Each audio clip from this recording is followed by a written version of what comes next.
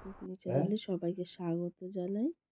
আজকে আবার একটা রেসিপি নিয়ে চলে এলাম। দেখো এখানে কুমড়ো চিংড়ির একটা রেসিপি, যেটা খুব কম তেল মশলায় রান্না করেছি, সেটাই তোমাদের সঙ্গে শেয়ার করছি। তা প্রথমে গ্যাসে একটা কড়া বসিয়ে দিয়েছি, আর আগে থেকে কেটে রাখা থোড়া চিংড়ি হালকা হলুদ আর নুন মাখিয়ে পরিমাণ মতো মাখিয়ে রেখেছিলাম, সেটা আমি ভেজে নিচ্ছি। চিংড়িগুলো খুবই বড় বড় ছিল, থোড়া চিংড়ি, এগুলো পুকুরের চিংড়ি, যেটা ভেড়িতে চাষ করা হয়। একদম টাটকা জ্যান্ত লাফাচ্ছিল সেই চিংড়ি, এখানটায় কিনে আনা হয়েছিল। দেখো, দেখতেই পাচ্ছ কি বড় বড় চিংড়ি। আজকে এই চিংড়ি দিয়ে কুমড়ো চিংড়ি রান্না করব। আর চিংড়িগুলো খুব বেশি ভাজারও দরকার নেই, মিনিট খানেক ভাজা হয়ে গেলে এবার এগুলোকে তুলে নেবো। খুব বেশি তেল ব্যবহারই করিনি, কারণ এই যে কোনো সবজি রান্না করতে বেশি তেল দেওয়ার প্রয়োজন হয় না। এবার দেখো, সামান্য তেল দিয়েছি, একটা পেঁয়াজ কুচনো ছিল সেটাকে আমি দিয়ে দিলাম, দিয়ে এটা ভেজে নেব। অল্প অল্প ভাজা হয়ে গেলে, দেখতে পাচ্ছ ভাজাটা হয়ে গেলে আমি তেজপাতা একটা দুটো শুকনো লঙ্কা দেবো। এটা অ্যাকচুয়ালি আগেই দেওয়া কথা ছিল, কিন্তু আমি ফট করে পেঁয়াজটা দিয়ে ফেলেছিলাম। প্রথমে তেজপাতা শুকনো লঙ্কা দেবে, তারপর পরে পেঁয়াজটা দিতে হওয়ার কথা ছিল, কিন্তু আমি আগেই দিয়ে ফেলেছি। যাই হোক, এরপরে কিছুটা কোচানো রসুন দিয়ে দিলাম। এটা থেতো করে দিলেও অত অসুবিধা ছিল না, বা বাটা ব্যবহার করা যায়।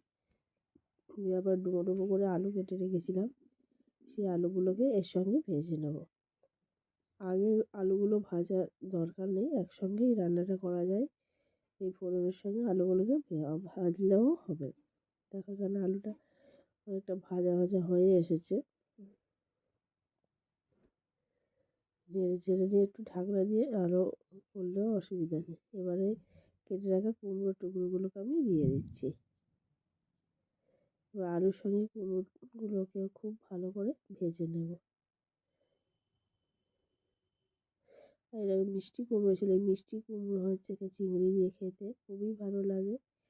কুমড়ো এমনি নিরামিষও খেতে ভালো লাগে, কিন্তু যখন নিরামিষ থাকে না তখন একটু চিংড়ি টিংড়ি থাকলে এইগুলো দিয়ে বাচ্চারাও খেতে খুব ভালোবাসে। দেখো কিছুটা আদা গ্রেট করে রেখেছিলাম, সেই আদাটা দিয়ে দিচ্ছি।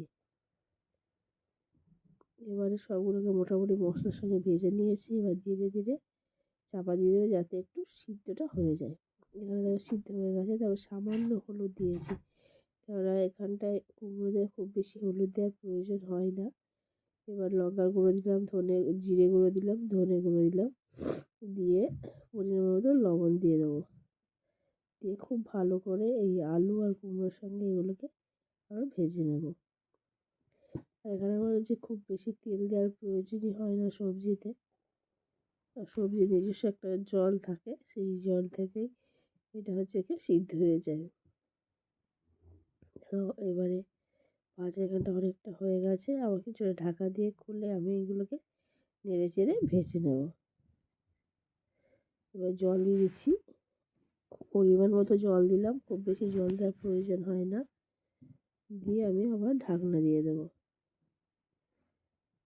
দিয়ে প্রায় মিনিট চারেক ফোটাবো, যাতে আলু আর কুমড়োটা কিছুটা সিদ্ধ হয়ে যায়। সিদ্ধ হয়ে গেছে, এবার ভেজে রাখা চিংড়িগুলোকে দিয়ে দেবো।